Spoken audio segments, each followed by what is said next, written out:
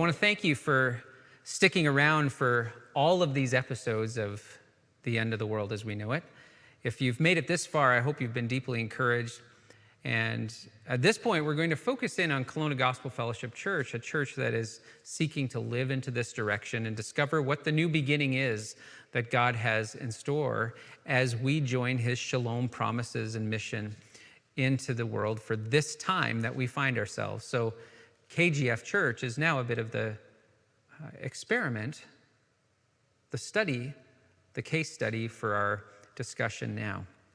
This church is celebrating their 60th anniversary this year. It's our 60th birthday, which means KGF Church began in 1960.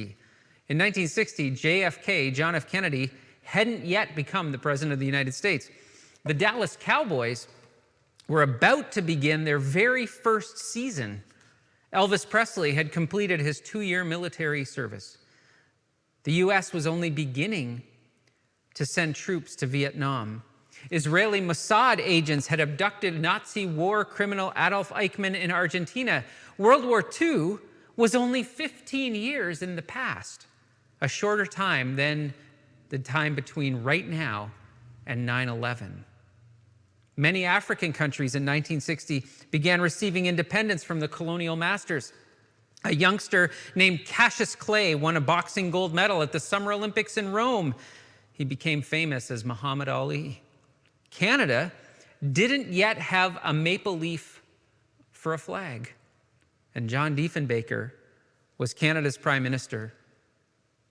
When KGF Church started, it was seeking to do a small thing greatly, to build off a faithful German-speaking and ethnic past and turn toward an English-speaking, community-facing people of mission. KGF was the church beginning again. And this is really the history of the church in general. As Vic Weens had said, and we quoted this in episode 1, each generation of Christians must understand and embrace the mission of God and the mission to which it has been called for its time. We must do our part so that, remember what Gandalf said, those who live after may have clean earth to till. So now we find ourselves at the end of the world as we know it again. And this is a map of where we all live in our region. All those who call Kelowna Gospel Fellowship Church their home are on that map. And what is the adventure now that God invites us into? Today, Christianity is no longer central to Canadian social thinking or acting as it was as strong in 1960. In fact, we are exiles in many ways. McGill professor Charles Daler says that we're living in the first secular age where not only is non-belief in God accepted, belief in God is seen as questionable in a way never previously considered possible. We're in uncharted human history. How do we discern our way forward? This is painful for some. But if we think biblically, if we think as Christians, we see that though the context may have changed, being in uncharted territory is nothing new for God's people. In Jeremiah chapter 29, this is a wonderful passage that can guide us. There's a call to build flourishing homes, a multiplying community that is taking care of the earth and taking care and seeking the shalom and the welfare of the city to which God had sent them, even a city ruled by their oppressors. And they were to be a praying community in Jeremiah chapter 29. And so we don't fret, but we discern in faith and hope. And we recognize that even the journey of our last few years as Kelowna Gospel Fellowship Church has been preparing us to know Jesus and make him known in new ways, in a new beginning. We wonder with awe that we discerned that building co-creative communities where we are awakened and equipped for the call God has on us for this time, for this moment, was what we sensed the Spirit leading us toward, and we even put it in writing 2 years ago. And so our spiritual mothers and fathers, what they did before us is the same thing we are called to do, small things greatly. We simply put one faithful foot in front of the next, measuring success rightly, we live into the promises of God, who is still seeking to form a people who are his shalom workers, his ambassadors of reconciliation. And since in this moment we can't meet like we previously did, since we have to think differently, since in this cultural moment, we're forced to a new imagination, we as a congregation are moving toward a life of KGF hubs, we call it, where we do the work of a gospel fellowship people for the shalom of our time together. We're not bound by this moment we're in, but we're discerning that God's promises and work of shalom are alive and well. And now, what does that look like in this new beginning? KGF hubs, as we're calling them, are relational and regional co-creative gospeling and fellowshipping expressions of the church, of the ecclesia, taking responsibility for discipleship and mission within our city. KGF hubs are storytellers of what God is doing, where the Spirit is at work in our lives and community, where we know each other and can share what God is up to. In short, we do small things greatly. This is the church we can be now. A people centered on Jesus who are building the church, serving society, and caring for creation. Marks of faithfulness. So what does this look like?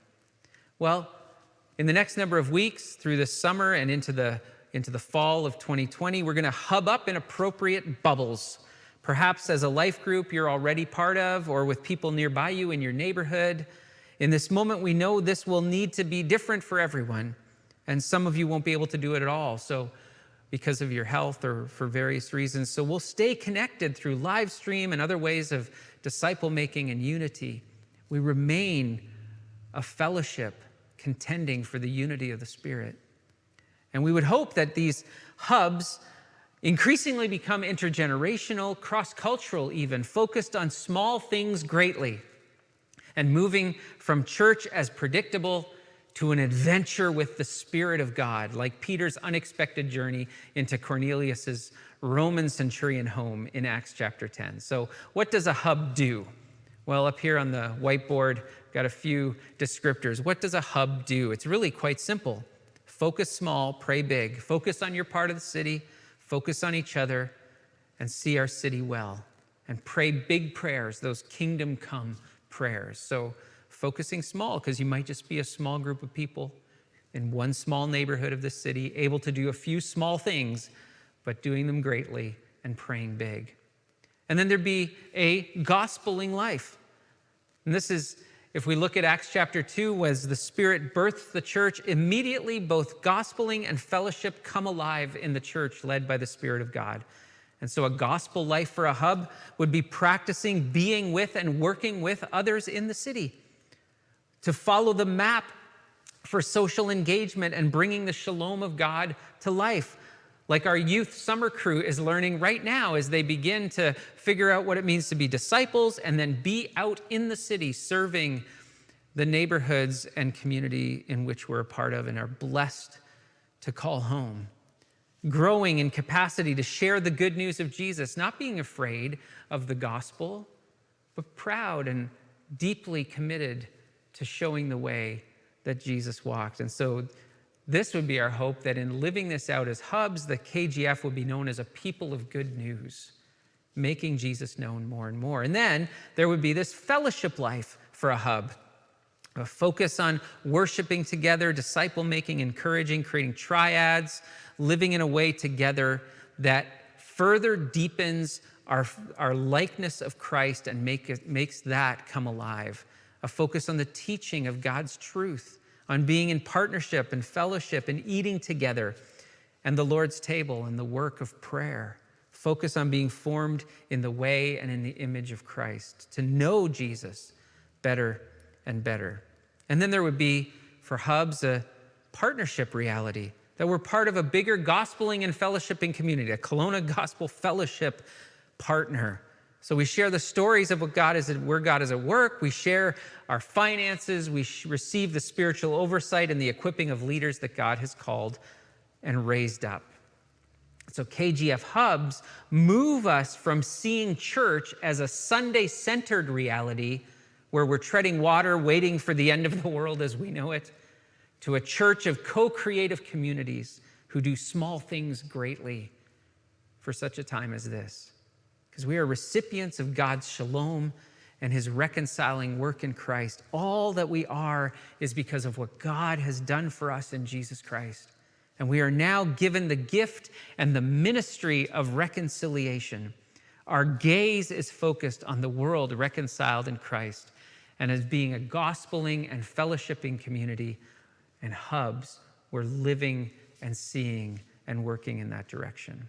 And so we are called to do what is before us now so that those after us will have clean earth to till.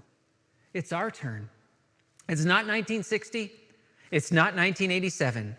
It is this moment, the end of the world as we know it.